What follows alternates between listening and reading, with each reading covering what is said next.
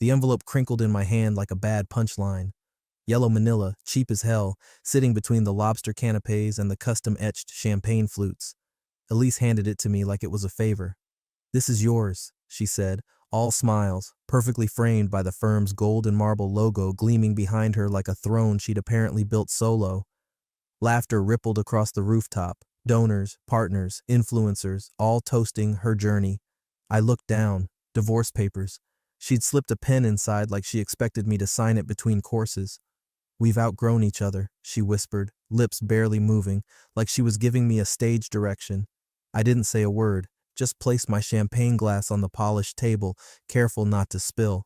I read the first 3 lines, then flipped to the signature page and signed. Not because I was defeated, not because I was stunned, but because I already knew where the funding came from, knew what clause she forgot existed in that neat little prenup she skimmed once between yoga and a board call. Knew what happens when you underestimate the man who built the scaffolding under your spotlight. The photographer caught my exit. Of course he did. Elise had hired him for candids, the kind that go viral in legal magazines. But that wasn't the photo that would make headlines. It would be the one taken 5 minutes later. Elise holding a champagne flute, grinning like she'd won a war, oblivious that her victory party was held on my dime and on my countdown. So yeah, I left. Didn't make a scene. Didn't smash a glass or shout some poetic line. That would have given her what she wanted, drama. No, I gave her silence, the kind that seeps into a room after the music stops. Look, if you've ever given everything to someone, money, time, peace of mind, only to be handed your own name back like a receipt, you get it. And if you're still with me, consider subscribing. More than 97% of folks listening never do, and trust me, your support makes a bigger difference than you think. It keeps the stories flowing and the team fueled. Thanks. Back to the rooftop. Her friends laughed. Some nodded sympathetically, like she'd just done the responsible thing, like divorcing a man who held her back was a natural next step after launching your own boutique law firm. The same firm, mind you, that she once called our shared dream. The one that couldn't have happened without my quiet funding, strategic connections, and one particularly well-timed exit package I negotiated behind closed doors with a company she thought she'd beaten on merit. That's the part people don't see, the backstage crew. Elise was always front-facing, polished, brilliant with clients, but she didn't know how to build infrastructure. She couldn't read a term sheet without help. She once asked me if a burn rate was a medical condition, but I stayed quiet for 17 years, because love's not always loud, until it ends with an envelope. After I left, I took the private elevator down, didn't even loosen my tie. The valet handed me my keys with a sheepish, "Rough night, sir?" I smiled. Not yet. What Elise didn't know was simple. This wasn't a reaction. This was a reveal. She'd mistaken the silence for weakness, the support for servitude, the shared home, shared trust, shared roadmap, for submission. I didn't just walk out of her party. I walked into mine. By the time the string quartet packed up their instruments and the rooftop bar started rinsing champagne flutes, Elise was still glowing, still basking in the attention.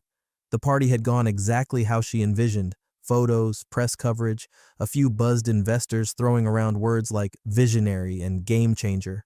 She gave the same rehearsed line to every compliment. "It took a village," then paused, smiled. But the vision was always mine. Meanwhile, down on the 37th floor, the real village was unraveling.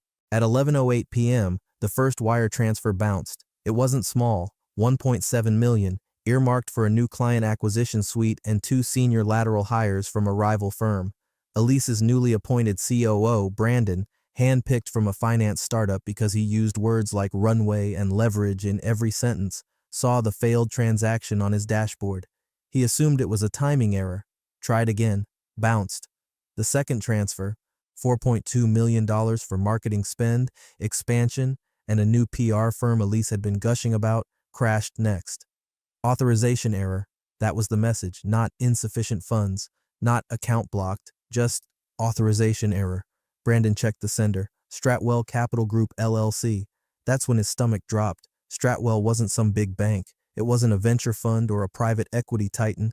It was the umbrella name Thomas had registered 6 years ago, an obscure LLC buried under layers of legal insulation. Brandon hadn't thought much of it. Elise called it her Angel Group, said Thomas helped line up a few old friends from his Wall Street days to get the firm off the ground. No one questioned it. No one asked who wired the money, only that it arrived on time, every quarter, until it didn't. Brandon pinged Elise, who was still upstairs taking post-party selfies with a lifestyle blogger. One of the investor accounts is throwing errors. Looks like Stratwell flagged us for review. Elise laughed, literally laughed, and typed back, probably their internal system glitching. Thomas always said their bank was ancient, except Stratwell was the bank. At 11:51 p.m., Brandon hit refresh on the internal dashboard. A new red banner blinked across the top. Primary funding source, flagged for termination, review pending. He froze, tried to trace the authorization path. All roads led back to one digital signature, T.S. Whitaker, Thomas. That's when the COO did something rare. He called, not emailed, not texted, he called. Elise picked up on the second ring, still buzzed off VOOV and validation. Bran, it's late, you okay? Did you know Stratwell is Thomas? His voice cracked slightly. Not just connected, it is him, it's a shell. He funded everything himself. She laughed again. That's absurd. Stratwell was his friend's firm, Peter or Philip or… Elise, Brandon cut in, whispering now like the line itself had ears. I ran a full audit. Peter Marshall was an alias. The domain registrar traces back to a P.O. box in Ridgefield. That box is registered to you, from 6 years ago. He set this whole thing up through your own trust. We just never looked close enough. Silence. Then, you're overreacting. No, Brandon said. I'm not reacting enough. At midnight, Elise pulled up the internal report on her iPad. Her login wouldn't load. Access error. She tried again. Invalid credentials. That's when she stopped smiling. Somewhere in the server logs, a timestamp read, revocation initiated. 0 hours, 0 minutes, and 0 seconds. She still thought it was temporary, a glitch, some petty flare-up he'd undo in the morning after a few drinks and a guilt trip. What she didn't realize was that nothing was broken. It was working exactly as designed. By 12:47 a.m., Elise was barefoot in her office, still in her gown, the straps slipping off one shoulder, pacing in small violent circles around the black marble desk she had once chosen together with Thomas, back when she thought aesthetics matter more than legacy. The gold-plated stylus he gave her as a launch gift sat in the corner, untouched. She dialed again. Voicemail, again. Voicemail, again.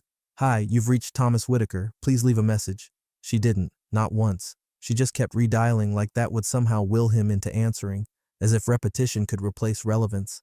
The night air was colder now. The windows gave a perfect view of the skyline she thought she owned, but the glass reflected something else. Her face, and behind it, a different kind of ruin. Not external, internal, structural. Her first real panic didn't come until she opened the banking dashboard on her iPad. Their joint high-yield account cleared, 0 balance, transaction history, transfer completed to Crescent Holdings. She didn't recognize the name, so she clicked. The registration address led back to a Delaware holding company. She tried to dig deeper, but her access had been revoked at 11:59 p.m., that exact timestamp again. She turned to their property management portal next. The Lake House, the one in Vermont. Gone. Title transferred to North Axis Development. She clicked through and found the signature. Thomas S. Whitaker. No cosigner. Next, the brokerage firm they'd both used for years, the one where she kept her passive investments, mostly ignored since law school. She logged in. Access denied. She tried the forgot password link, entered her email. Email not recognized. It was like she'd been erased from her own life, like the man she dismissed as just the husband had known exactly how to walk backward through every door they'd ever entered together, shutting each one behind him. Her new CFO, a wiry man with a tech startup past and a habit of wearing sneakers to board meetings, entered the room quietly. I thought, he said barely above a whisper, I thought he was just the husband. Elise didn't answer, just stared at the frozen screen in front of her like it had personally betrayed her. Her nails, once manicured to perfection, were digging crescents into her palm. She tried texting this time. We need to talk. No response. Please, I didn't know. Nothing. You're overreacting. Let's fix this like adults. Still nothing. The silence was unbearable, but it was familiar.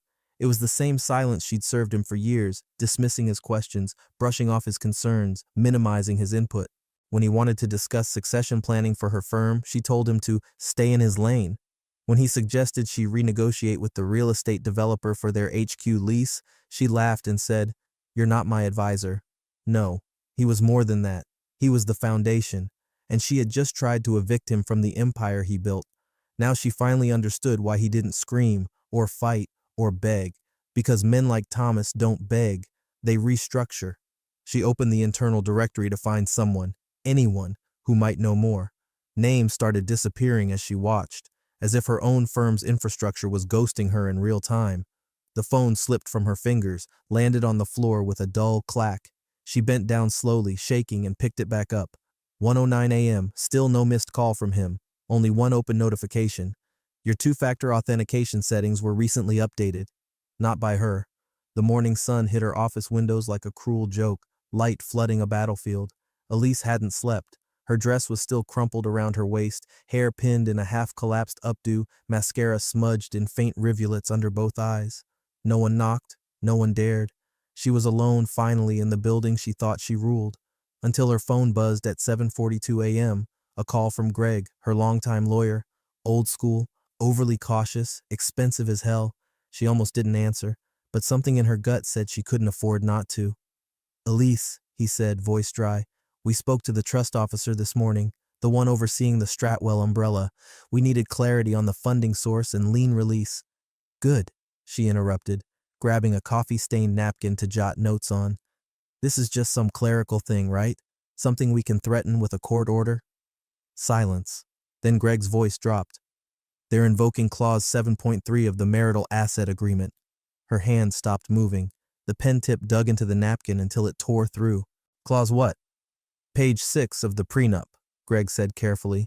Thomas's lawyer filed a procedural notice to initiate a reversion claim on all jointly held investments, citing the clause about reputational damage in the case of public humiliation, specifically the language you both signed under section. Wait, she snapped. That was theoretical. That clause was a joke. He added it because he was worried about headlines, remember? I signed it because you said it was symbolic. Greg cleared his throat. It's not symbolic now. It's executed. The clause has teeth. If the reversion is tied to demonstrable public embarrassment, which, given the footage from last night, it absolutely is, then every account, investment, and property linked to both names defaults to the original financier. He was the financier, Elise muttered. Exactly. For the first time in 17 years, Elise couldn't speak. She reached for the drawer in her desk, second from the top, behind an old stapler, and yanked out the prenup, a thin, neat stack bound with a fading blue ribbon. She hadn't touched it in years, thought about it even less. Back then, Thomas had insisted on keeping things clean. She had joked he was being dramatic. He said, "It's not about now, it's about when things get weird." They were officially weird. Her hands shook as she flipped through the pages. There it was. Clause 7.3. In the event of reputational damage caused through deliberate public actions, including humiliation, degradation, or defamation of the spouse, the party responsible forfeits claim to all shared investments, and said holdings revert to the original financier upon execution of a signed divorce petition. Below that, highlighted in yellow, in her own handwriting, LOL, like this would ever matter. She stared at it so long her vision blurred, and then, almost absurdly, she started laughing. Softly at first, then bitterly, until it curved into something closer to a sob. Her assistant poked her head in, alarmed. Elise waved her off like swatting at smoke. She whispered, he knew. He built this for this exact moment, and he had waited, patiently, silently, while she dismissed him, while she talked over him in investor meetings, scoffed at his suggestions for hiring a second compliance officer, ignored every quiet warning masked as marital concern. Thomas had never been controlling. That would have been easier to hate. He'd been prepared. Elise grabbed her phone, pulled up the footage from the rooftop party. There it was, her handing him the envelope, the glint of camera flashes, her saying the words, "We've outgrown each other." A crowd of colleagues laughing behind her like it was all performance. And now, it was evidence. Clause 7.3 wasn't just enforceable, it had already been enforced. She looked around the office again, at the walls she once called her cathedral, and realized she didn't even own the bricks. The buzz that followed the launch party lasted exactly 36 hours, then it curdled. Internally, it began with silence, calls unreturned, meetings rescheduled indefinitely, calendar invites vanishing like breath off glass. Externally, it came as whispers, which in a legal community like theirs might as well be broadcast alerts. Elise knew how fast narrative spreads when lawyers smell blood. One leak, one comment, and your power mutates into risk. By Wednesday morning, one of her co-founders, Madeline Green, former equity partner at Carver and Doyle, was gone. No press release, no farewell memo, just a 3-line exit statement filed with HR and a deactivated email account. Elise tried calling, straight to voicemail. Later that afternoon, a text thread leaked to legal subreddits. It showed an anonymous investor, tagged only as Angel B, pulling funding. One line stood out, circled in red by whoever shared it. Why is everything tied to him? That was the moment Elise realized the damage wasn't technical, it was narrative. Her firm's DNA, once sold as female-led, future-driven, now read like a side project propped up by a quietly dominant husband. And worse, one who had vanished mid-performance, pulling his name and the floorboards. On Thursday, she entered the office at 6:12 a.m., before the staff, before the noise. She walked the halls barefoot, coffee in hand, like she was trying to reclaim something invisible. The startup aesthetic she once celebrated, glass doors, exposed beams, breakout nooks, suddenly felt too open, too easy for people to disappear from. Her assistant Rachel was already at her desk when Elise passed by. That struck her as odd. Rachel was never early. "Morning," Elise said, pausing. Rachel flinched, startled. She covered something with a folder. Too slow. Elise raised an eyebrow. "What's that?" "A beat. Just redoing some signage for next week's sponsor rollout." "Let me see it." Reluctantly, Rachel pulled the folder back. It was a mock-up of the firm's new brochure for upcoming conferences. The front panel used to say, Elise Langford, Managing Partner. It now read, Board of Trustees. Her name was nowhere. "What the hell is this?" Rachel panicked. I didn't change it. This came from upstairs. Marketing. They said to use the trustee language from now on until the funding restructure's complete." "There is no restructure." Rachel didn't answer. She just looked down, and for the first time since joining the firm, avoided eye contact. Elise stormed to her office, slammed the door, and opened the internal Slack channels. Hash Ops was dead, Hash Legal News was filled with articles she hadn't approved, and Hash Admin Requests had a message pinned at the top. All branded materials must reflect interim governance structure per Monday's board memo. Use trustee-led label until further notice. Do not list individual partners unless instructed. No signature, no name, but everyone knew who orchestrated it. She reached for her phone again. Still no message from Thomas. Not even a breadcrumb. And that, more than anything, made her want to scream. If he had gloated, cursed, demanded anything, she could fight it. But this was cold, calculated, corporate. Her empire was being rewritten in real time, and she wasn't being pushed out. She was being scrubbed. By the next morning, her executive assistant was reassigned to shared partner support. Her head of PR went on temporary sabbatical, and her co-founder, Daniel Soto, the last one still publicly aligned with her, requested a private meeting. He didn't show up. Instead, he left a note with reception. "This isn't sustainable. My family advised I step away. No hard feelings, just business." Elise didn't cry. Couldn't. Something inside her had calcified. But she did pull up the original branding proposal Thomas had mocked up 5 years ago, back when the firm was still an idea scratched into a linen napkin during their anniversary dinner. Lexbridge. That was the name he wanted. Neutral, scalable, timeless. She'd insisted it needed her name. Elise Langford and Company, now the End Company, was all that remained, and even that was dissolving. Monday morning, 9 a.m. sharp. Elise stood at the head of the conference table in the boardroom she once called her war room, the same space where just weeks ago she delivered a TED-style pitch to a room full of angel investors about female-led disruption in the legal industry. Now the energy was off. The chairs felt colder. The blinds were drawn. Only 4 of the 7 board members showed up in person. 2 dialed in with cameras off. 1 didn't even bother. She had rehearsed her speech that morning, down to the breaths. A 10-minute defense of her leadership, followed by a forward-looking plan for stability and recovery. She even had a mock-up of the new advisory committee structure. A pivot, but salvageable. That was the bet. What she didn't account for was the man sitting 3 chairs down from her usual seat. He wasn't on the invite, wasn't on the board. Yet no one asked him to leave. He introduced himself as Darren Clark, senior counsel at Vargas and Hume. He spoke softly, flat affect, like a therapist reading a toxicology report. "I'm here on behalf of Mr. Thomas Whitaker," he said without glancing up, then calmly opened his leather folder and slid several documents across the table, 1 to each board member. the final copy landing directly in front of Elise. Per the original seed investment agreement, he began, and in accordance with the provisions outlined in Addendum C, this is formal notice of intention to withdraw all remaining investor funds under the 72-hour liquidity clause. Elise didn't move, didn't blink, just stared at the title. Notice of Strategic Withdrawal, Stratwell Capital, Lexbridge Funding Agreement. Her fingers twitched. That clause doesn't exist, she said finally. Her voice sounded distant, small. Darren offered a faint smile. Not in the original draft. Addendum C was appended during the final notary review. Page 82, Section 6. You initialed it. I have the time-stamped video file if you'd like to review. The room was silent, the kind of silence that implies people knew this was coming and had simply chosen not to tell her. She flipped through the pages, scanning for the clause like a drowning woman looking for shore. There it was, buried in polite legalese. In the event that the seed investor, through direct or proxy capacity, determines that ongoing association with the firm poses undue reputational, ethical, or financial risk, investor reserves the right to initiate full withdrawal of capital and suspend all support services with a 72-hour execution window.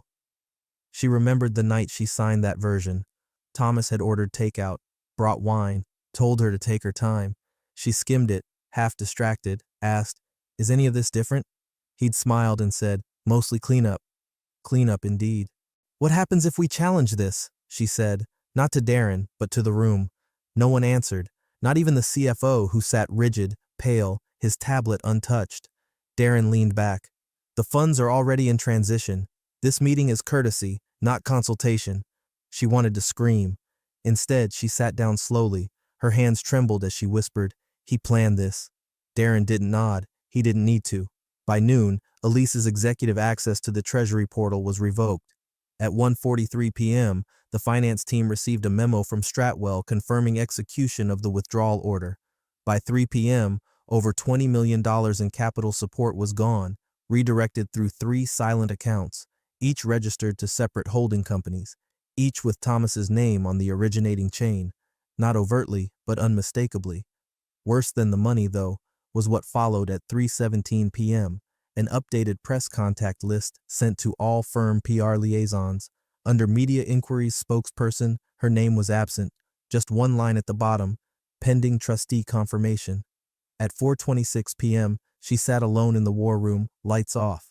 All that remained on the table was the empty folder Darren had left behind. Inside the spine, someone had written one sentence in fountain pen. "Next time, read the addendum." The studio lights were soft, warm, deliberately flattering, the kind meant to smooth out tension lines and cast CEOs as calm, collected visionaries. Elise sat in the center of a minimalist set, surrounded by soft gray paneling and a tastefully curated fern someone had probably misted 30 seconds before cameras rolled.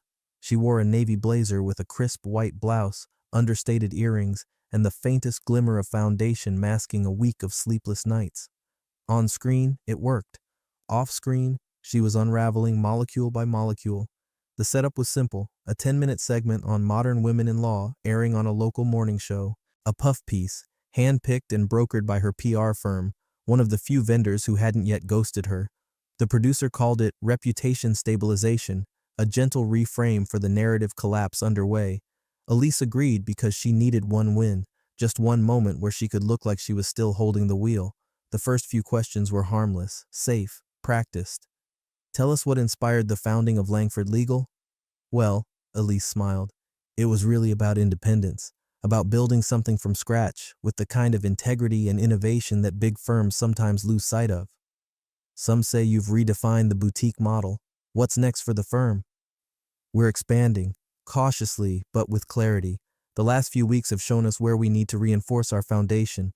She said the word foundation carefully, knowing it would trigger something in herself. She kept her smile tight. The interviewer, a woman named Kara, maybe late 20s, overly enthusiastic, flipped to a new card. "And how would you respond to the recent rumors about financial restructuring?" Elise leaned in. "We remain fully operational. These kinds of transitions are normal when a firm evolves as fast as we have. Our clients continue to receive the same elite service. Nothing changes there." Kara nodded, but her next smile wasn't as friendly. "One last thing," she said casually, flipping her final card face down. "Just something our viewers have been asking." Elise tensed. Is it true, Kara said, pausing for effect, that your ex-husband was your firm's majority silent investor? The pause that followed could have swallowed a whole city block. The PR manager behind the camera shifted in his seat. Someone coughed. Elise blinked once, slowly, like her brain had to buffer the question before rejecting it. I don't think that's relevant, she said, voice suddenly thinner. But is it true? Kara asked again, polite but pressing. Because public records now show that Stratwell Capital, your primary investor, was controlled entirely by Thomas Whitaker. And people are wondering, if the funding came from him, did you really build it alone? Elise didn't answer. She stood up mid-question, removed her mic, and walked off set without a word. The camera kept rolling. The shot of her back turned, walking briskly past the fern and out of frame, was later clipped and shared more times than the interview itself. She thought they'd cut it. They didn't. By 7:03 p.m., the segment aired unedited on local television. By 8:19, it had been clipped, subtitled, and uploaded to multiple legal gossip accounts on Instagram and TikTok. By 9 o'clock, the firm's name was trending on Twitter, not for any legal victory, not for her expansion, not for her polished interviews from the past, but for one line. Did you really build it alone? That was the question she'd tried to bury. That was the question that now refused to die, and suddenly, everyone had an opinion. Classic grift, use the guy's money, then drop him for optics. She walked out because she couldn't lie on camera. Why scrub the name from press kits if there's nothing to hide? The story had mutated. It wasn't about her accomplishments anymore. It was about the ghost in the foundation, the quiet man in the photos she used to crop out, the financier with no name, now with all the leverage. Her internal Slack lit up with "We need to talk" messages. The HR channel issued a reminder, "Do not speak to press." Her PR firm stopped returning calls altogether, and her inbox flooded with media inquiries titled only, "Clarification Request, Mr. Whitaker's Role." Control was gone. Now, the story wasn't hers. It was his. It arrived in a white envelope, hand-delivered. No email, no phone call. Just a folded letter with her name in embossed serif. The kind of thing someone sends when they want to ensure there's no room for misinterpretation. Elise opened it in her office, alone, still clutching a lukewarm espresso she hadn't sipped since morning. Effective immediately, I am resigning as your legal counsel, citing a conflict of interest related to recent disclosures. Signed, Richard H. Lennox, ESQ. She blinked, then read it again. Richard had been with her since day one, long before Langford Legal had offices or clients or even a logo. He was the one who reviewed her first retainer agreements, helped draft her operating structure, and sat beside her the night she signed the lease for their flagship location. He never missed a filing deadline, never took a vacation during a litigation cycle, and knew every skeleton in her closet, including the financial ones she'd buried under shared marital assets. She texted, "Rich? What conflict? This can't be serious." No response. She called, straight to voicemail. 3 hours later, the firm's internal directory marked his profile as archived. Her assistant said nothing, just hovered in the doorway like she'd been rehearsing excuses for a week and suddenly realized none of them would work. The next day, Elise tried spinning it. "Richard's stepping back for health reasons," she said in a call with one of the trustees. "No bad blood." It was a lie, but not the worst one she'd told lately. What she didn't expect was how fast the footage would spread. 3 nights later, at a high-profile charity gala for legal tech scholarships, one Elise had donated to for years, a news outlet posted a clip on their socials. It showed Thomas arriving alone in a charcoal 3-piece suit, looking less like a jilted ex and more like a man arriving for the closing bell at a stock exchange he quietly ran. Beside him, Richard Lennox, smiling, laughing, shaking hands. The caption read, "Thomas Whitaker appears with new legal rep at Beacon Foundation Gala. Sources confirm Lennox now advises Stratwell Holdings." Elise didn't breathe for a full 5 seconds. She watched the clip on loop. In the footage, Richard turns to say something to Thomas, casual, familiar. Then Thomas pats him on the back like they've done this 1,000 times. There was no tension, no hesitation, just alignment. Perfect, practiced alignment. It was a level of coordination that took time. He hadn't just poached Richard in a fit of revenge. He had courted him, gradually, quietly, while Elise was too busy curating her image and filtering out inconvenient voices. The next morning, internal firm chat channels buzzed again. Someone posted a screen cap of the clip in the #legal news thread with one line underneath. The firm's founding lawyer, now with the founding funder. She deleted it immediately. But the damage wasn't digital. It was structural, because Richard was more than legal muscle. He was a symbol. He was continuity. And now, he was walking proof that her strongest relationships were no longer hers. Elise tried to explain it away during her weekly call with her remaining partners. Richard and I had different visions. It was mutual. Silence. Then Daniel, the only board member still speaking to her directly, said quietly, "You didn't even know he'd left, Elise." The line echoed, not just in the room, but in her mind. She thought Thomas left the night of the rooftop. He didn't. He just changed venues, from shadows to strategy, from support to siege, and he brought her lawyer with him. It was a Monday, always a Monday. The office was quieter than usual, a vacuum of sound that no conference calls or clacking heels dared interrupt. Elise arrived at 7:18 a.m., early, deliberate, controlled.